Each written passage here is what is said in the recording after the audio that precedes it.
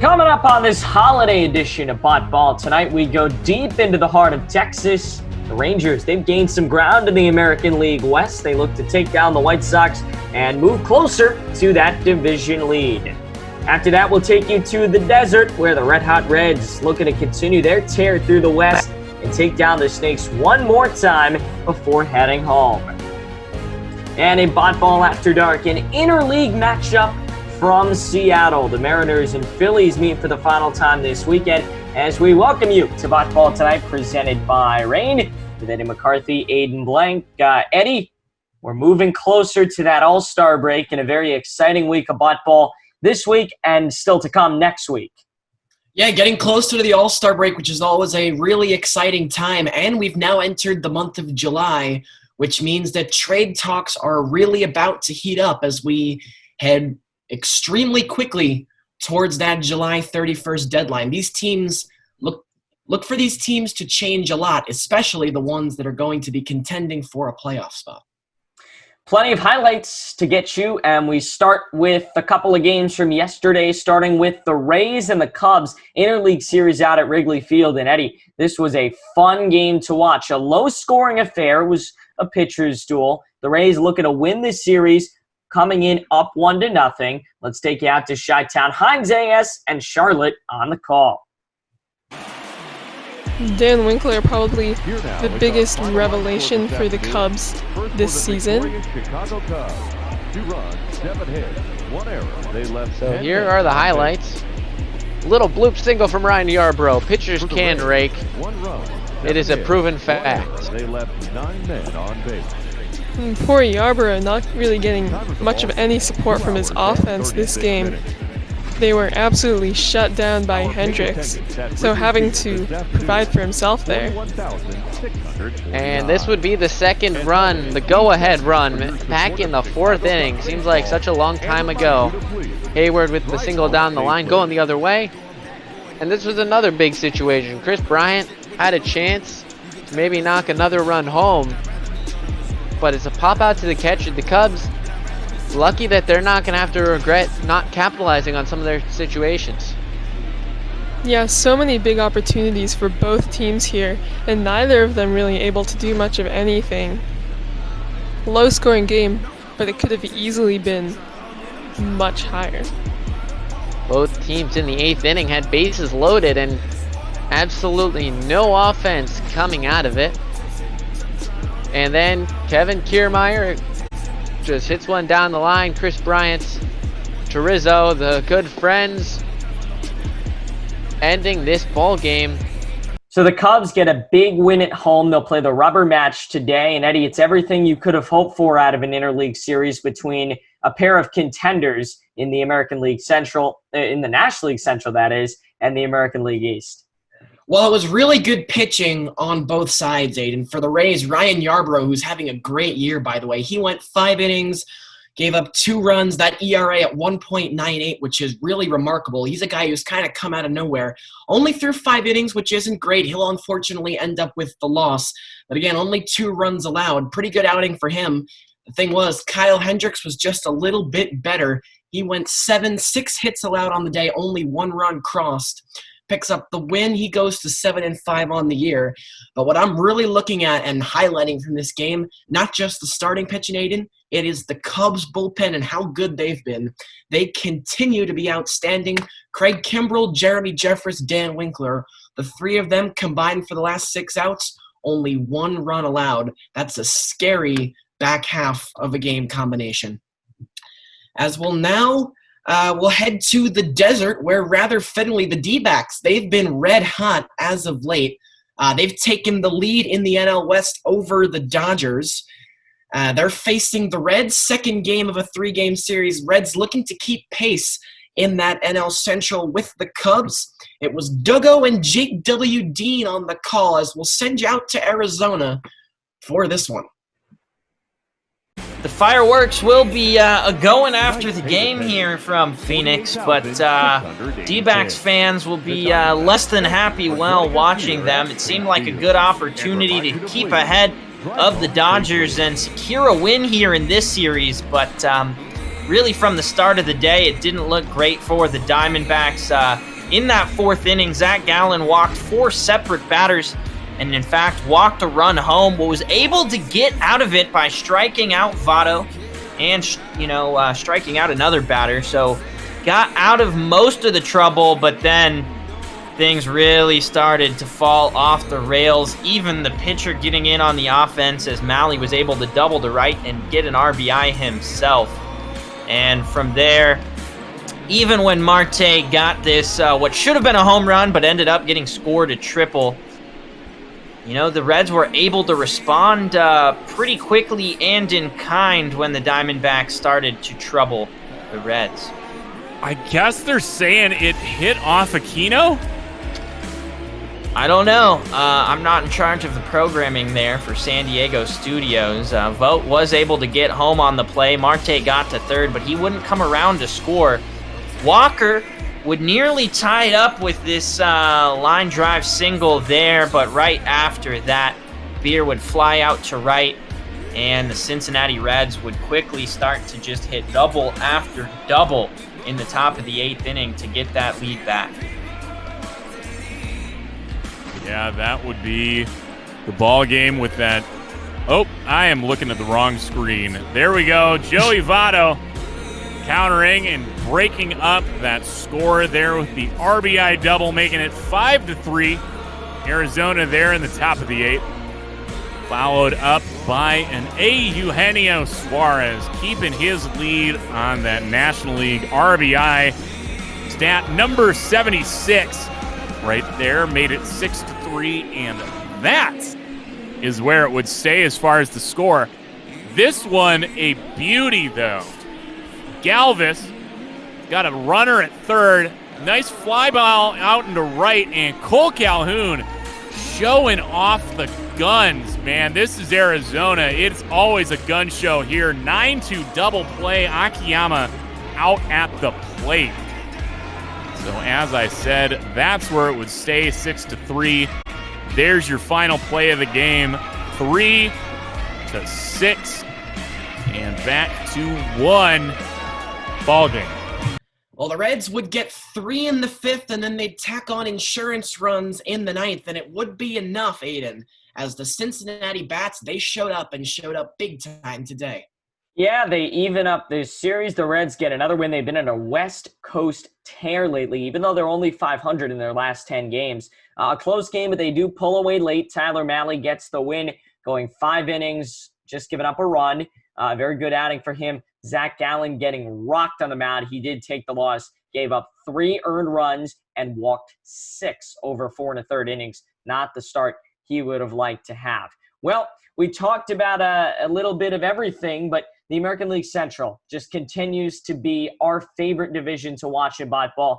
Every week, someone new is leading the pack, and the other 2 are leading the wild card pack. So it was very interesting to watch the Indians and Twins this weekend, and they will play again today, a pivotal matchup in that division. The Twins looking to take their 2nd game in a row. We'll take you out to Progressive Field in Cleveland with J.D. Gregory and Kamish LB.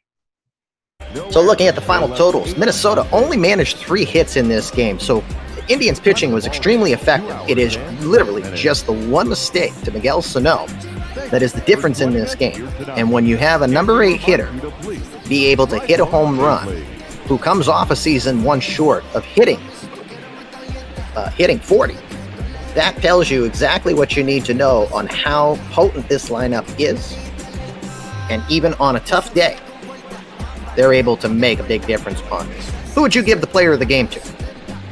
Well, I think you've got to give it to either Miguel Sano for getting that home run on the board, or Devin Meltzer. He worked his way out of an absolute jam in the bottom of that 5th inning, and he came back and really handled that Indians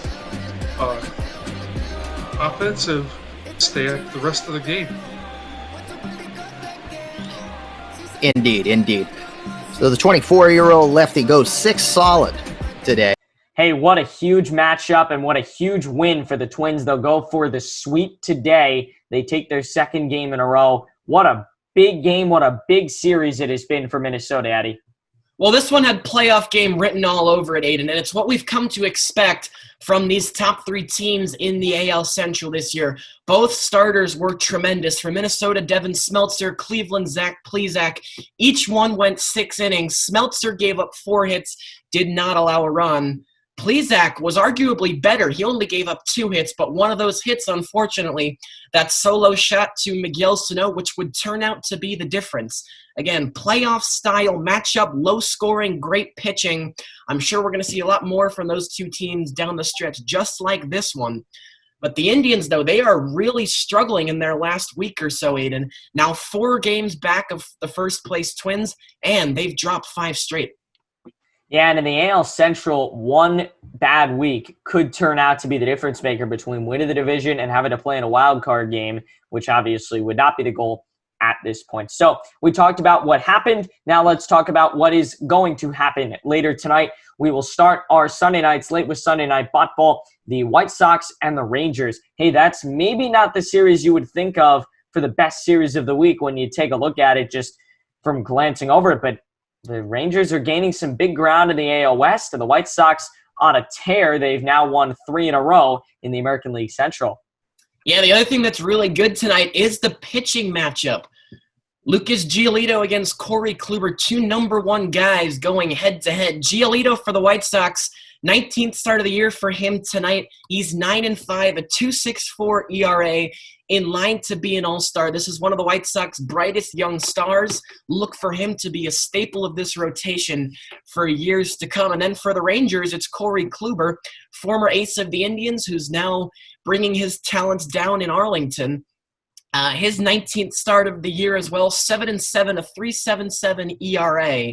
So not as good as Kluber this year as in years past, but make no mistake, still a very formidable foe, should be a really good one down in Texas tonight. Yeah, we're looking forward to it. That'll kick off our Sunday night slate, and if you thought there might be a better game, well, that might be coming up at 9 o'clock. The Reds and the Diamondbacks. Reds are on a West Coast tear. The teams split the first 2 of the series. Tonight is the rubber match. And, hey, we saw Game 2's highlights. This is going to be a very epic Game 3. Yeah, it's a really good Sunday night slate, Aiden. This game is the second of 3 they're all pretty good tonight.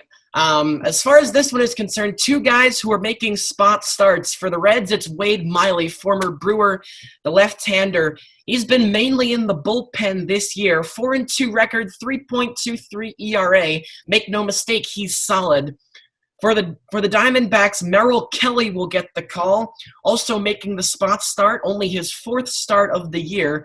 A 4-4 record, 2.82 ERA. These guys have been very good out of the bullpen as longmen. Tonight they'll get the start. Both teams playing really well in their own way. You got the Diamondbacks, who have just overtaken the Dodgers in the NL West, which no one saw coming leading up to the wild card. And Aiden, you phrased it perfectly. The Reds, they're on a West Coast tear. Yeah, looking forward to it. The Diamondbacks, nothing easy before they go to the All-Star break. They're going to visit the Colorado Rockies and then the Chicago White Sox next week.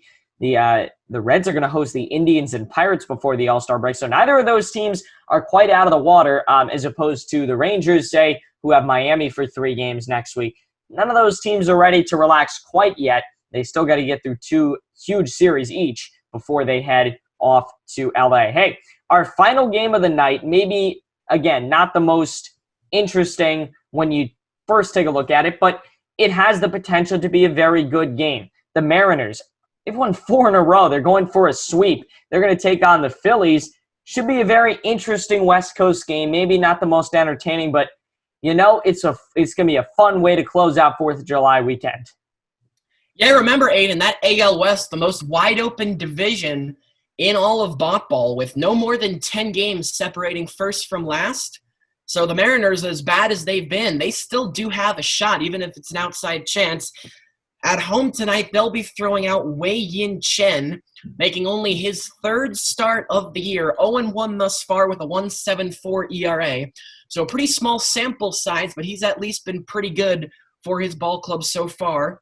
Former Marlin is Wei Yin Chen. And then for the visiting Phillies, they put their trust in Cole Irvin, only the 4th start for him this year as well. He's been mainly a bullpen guy. He's filling in as the 5th starter right now. 5-1 on the year out of the bullpen, a 3.55 ERA. He's a 26-year-old out of California. 2 young guys making starts, trying to prove themselves and proving that they belong in this rotation. Yeah, no doubt. Should be an absolute blast to watch, and that'll culminate our Sunday night schedule. The Mariners are hosting the Orioles and Athletics next week, so there's a potential if they win tonight, they could sweep the Orioles in 3 games, and who knows, maybe win 8 in a row. And then the Athletics will be a very tough series for them, but you never know in the American League West. I think that's the beauty of Botball. Any given day, any team could beat any other team. Phillies, they're going to host the Nationals and the Astros before the All-Star break. That's a very tough schedule, especially considering the Astros, they're on a tear of epic proportions, trying to win the West once again. Yeah, look out. Here come the Astros. They'll be dangerous. The only thing you'd say is that perhaps this is the worst time for them to get hot because you do have the All-Star break coming up. And the last thing you want the Astros to have is to be really hot leading up to the All-Star break, Aiden, but then the couple of days off, that can sometimes be really detrimental to a team. Yeah, so that rounds out our game previews, and we're down to our final segment, Eddie, which is a series to watch. What do you got for us this week? Well, a lot of interleague play next week, and I'm going to choose one of them. Battle of Chicago for me, which is taking place on the south side this year in the home of the White Sox. White Sox hosting the Cubs next week. These are 2 of Botball's best right here. The Cubs, first place in the NL Central, tied for the best record in all of Botball. The White Sox second in that AL Central. They'd be leading almost any other division that you put them in. Chicago, you can't say Chicago, sorry. The Cubs looking to distance themselves in the National League, while the White Sox, they're trying to keep pace with the Twins and also stay ahead of the Indians because we all know what a dogfight that AL Central has been this year. It's only a 2-game series, but it's 2 of Botball's best, Aiden, and it should be some great baseball to watch this week. Yeah, absolutely. My game this week is going to be another interleague series. You mentioned how much interleague play there is. This is going to be an AL Central versus NL Central matchup that'll actually happen in real life this year a few times, and I'll watch that. I'm certainly going to watch the Indians and the Reds. I'm going to call one of those games. Both teams are involved in heated division races, and they're leading in the wild card standings. They're going to play 2 in Cincinnati on Tuesday and Wednesday. One of those, you play 2 games at our place, 2 games at your place. I always love those series, and I'm going to love watching the Indians and the Reds. Both of those teams could win divisions. Both of those teams could play in wildcard games, and both of those teams are likely headed to the playoffs come October. Yeah, should be a really good series, Aiden. I agree with all that you just said. Unfortunate that we only get to see them in that 2 games here, 2 games there type of format, as is the same with my series. I'd love to be able to see the Cubs and the White Sox for more than just 2 games. But we head to the All-Star break, each team trying to shore up their record. They'll play somewhere between 5 or 6 games this week. And then we're in for what should be a really good home run derby All-Star game. And then once we get back, Aiden, now we put the pedal to the metal because it's really the second half of the season. It's go time. It's deadline time. Should be really exciting down the stretch. Got some great pennant races to watch. Our Sunday night game is a good one. Lucas Giolito versus Lance Lynn. Deep in the heart of Texas, the Rangers and the White Sox from the brand new Rangers ballpark, of which the name is escaping me. I believe it is Globe Life Park, correct? It's either Globe Life Park or Globe Life Field. I mixed them up. Well, either way, you got the White Sox, you got the Rangers, Giolito versus Lynn. Besides that, we'll head out to the desert and then, of course, stay on the West Coast. A lot of West Coast games tonight with Seattle and Philadelphia. Mike Husky and Special Effects have the White Sox and the Rangers. For everybody here at our Botball Tonight studios, we're taking next week off. We will be back with a special All-Star pregame edition, but we'll take next Sunday off. So have a great rest of your week and enjoy some great ML Botball. So long.